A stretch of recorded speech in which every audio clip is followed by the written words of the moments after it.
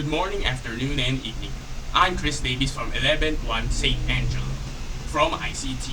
Now we're going to present my essay from English 100, also with the title being The Herd of Reasoning.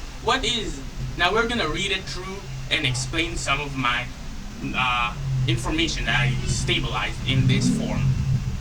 What is the reason to learn, you ask? Well, to sum it all up, it is a gift that can be both given publicly and privately, as it provides the knowledge to our youth of tomorrow with advantages that can provide a stable and noteworthy job in your future.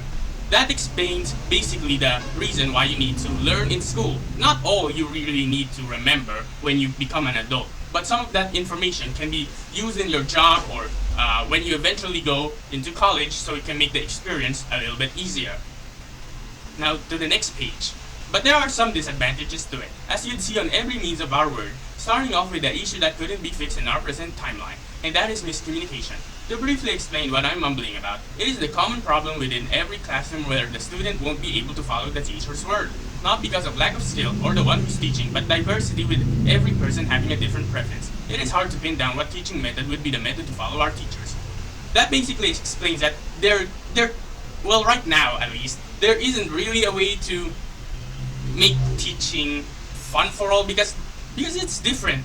You said it, every person said it, and I'm pretty sure every single personnel inside the learning community knows it, that every student has a different preference of what they learn. They could be an expert when they're learning in the class, but when it comes to online teaching, they would be not right. They wouldn't know what you were talking about. But there are some that would prefer it the opposite way, where they wanted for every single class to be online. So, by that logic, you can't really teach every single one person to be the exact same level of intelligence, because they have different preferences, as the page said. Now, off to the next one. With my studies inside Taught.co, it explains that due to the overloading work of our teachers outside of work, like writing record papers or planning for the next lessons, and it sometimes doesn't help when disruptions inside or outside the class will eventually happen. Now, that basically pushes the idea that it can't really be sometimes be the fault of the teaching preference. It can be sometimes be at fault for some things, like the way the teachers talk, the way they act, but it can't also be helped because as the students are people, the teachers are people. They aren't some mechanical being to able to speak out words fluently to match every single student there. And that's where the record papers, planning for the next lessons, and every single stuff that a teacher does for their class, which means that their hard work is actually more stressful in my knowledge than most jobs. Why? Because you have to plan for the individual students. If there's a disruption or problem in class, they have to fix it. And there might be outside work to be done, like record papers or the planning of a next lesson. For example, that's something that happened last week, like the storm, the typhoon that came by into the Philippines. That is also outside interference. Now, with the last page, we're going to read it, finalize, and finish it. Nor does it help when sometimes their own students will try to disrupt their own classes for jokes and whatnot. With another example of this is overcrowded messes some of the classes have, either leaving some to drop out or fail the whole semester. A great example of these is colleges. With so little professor, it is impossibly hard to keep up with the amount of people inside that class, leading into not so interesting lessons. Do I think these errors can be fixed? Hopefully in the future they could. Now that ends it, but we're gonna explain my thought process between it. Now, what I'm trying to explain in that sentence is that even with all these faults, it could still be fixed. But then again, there's another problem that comes by, and that is the student itself.